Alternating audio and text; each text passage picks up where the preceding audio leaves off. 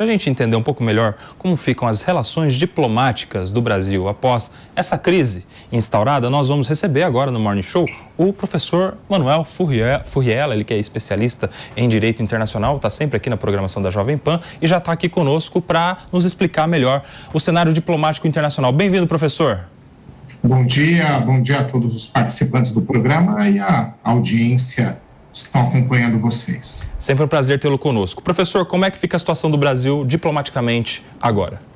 Infelizmente, por conta das falas terem sido proferidas pelo chefe de Estado, pelo presidente da República, isso acaba causando constrangimentos não somente a ele, ao próprio presidente Lula, que seria um fato isolado com o qual ele teria que lidar, mas traz ao país. Então, nós temos relações muito importantes com Israel, lembrando aqui que o Mercosul tem um acordo comercial muito relevante com Israel, as relações são importantes, os investimentos israelenses no Brasil, relações que são muito boas, muito interessantes, inclusive em relação à transferência tecnológica.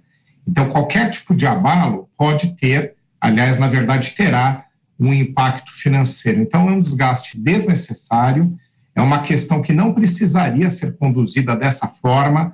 Se o governo brasileiro, o presidente Lula, tem objeções na forma, ou críticas na forma como Israel tem conduzido as inserções na faixa de Gaza, deveria ser pontual, técnico, nessas abordagens. Agora, a comparação infeliz que foi feita, ela é completamente inadequada e desrespeitosa. Então, acho que aí sim traz um abalo nas relações entre Brasil e Israel. Professor, a gente vai abrir agora para uma rodada de perguntas, a começar pela Júlia Lucy, direto de Brasília. Professor, bom dia. O senhor trouxe o risco, de um abalo aí das relações comerciais do Brasil com Israel. A gente inclusive viu uma das pessoas vinculadas ao PT, que é o Genuíno, fazendo inclusive uma campanha para que os brasileiros deixassem de comprar de empresas de judeus.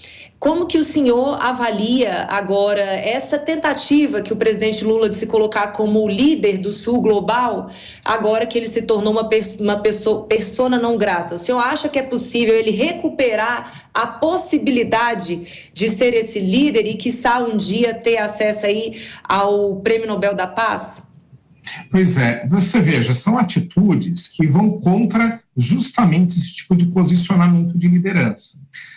Não há problema nenhum em ser crítico ao que acontece no mundo ou ter uma posição diferenciada. O que precisa é ser técnico.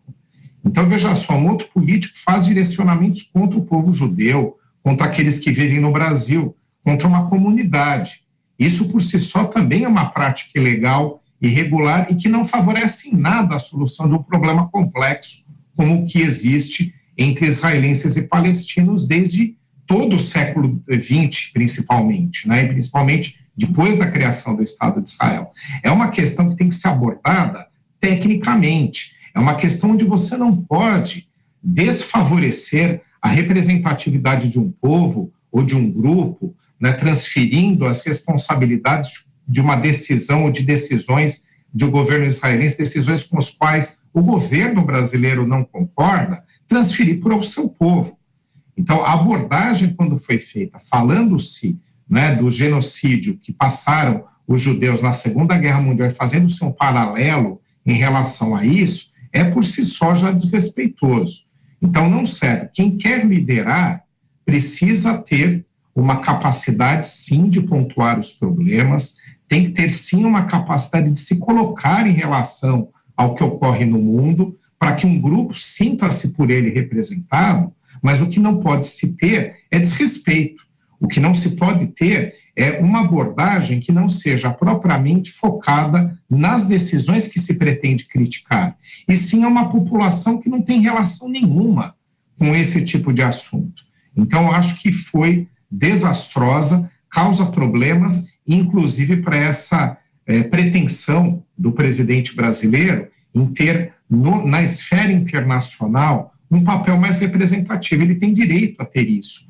É um projeto pessoal dele desde os mandatos anteriores. Agora, o que precisa ter é um posicionamento que faça com que se chegue nesse papel, inclusive buscando exemplos. A gente tem diversos grandes líderes internacionais que chegaram a ser admirados mundo afora e nenhum deles fez colocações inadequadas sobre nenhum tipo de povo. Então, acho que cabe sim agora repensar essa declaração e não há problema nenhum em se pedir desculpas quando a gente erra. Acho que esse também é um ponto que a gente tem que levar adiante aqui na discussão. Professor Furriela, a última pergunta é do Mano Ferreira.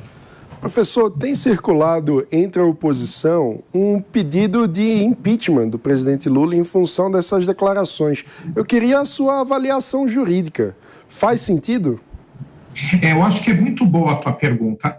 A gente pode fazer avaliações políticas e jurídicas. O que a gente nunca pode esquecer é que tem que ser técnicas. Então, veja só, ninguém está tirando o direito do presidente Lula de entender que atuações do governo de Israel em relação à faixa de Gaza, ou como ele está conduzindo, deveriam ser de outra forma. Faça tecnicamente, faça diplomaticamente, use as palavras corretas, não misture estações, não misture o povo judeu que sofreu genocídio numa situação onde agora eles seriam o algoz, né?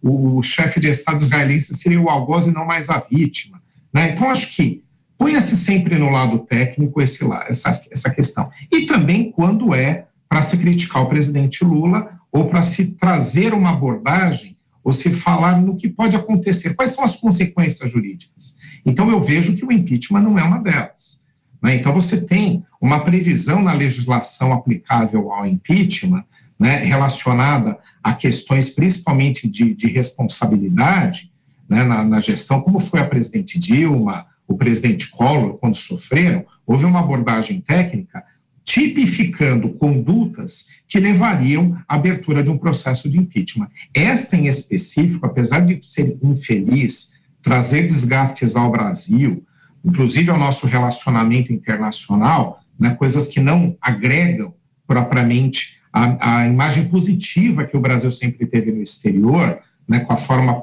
pragmática como lida com as questões internacionais, não agrega nada, mas um encaminhamento para um tipo de procedimento onde não há uma tipificação diretamente ligada, no meu entendimento jurídico, também não é dessa forma.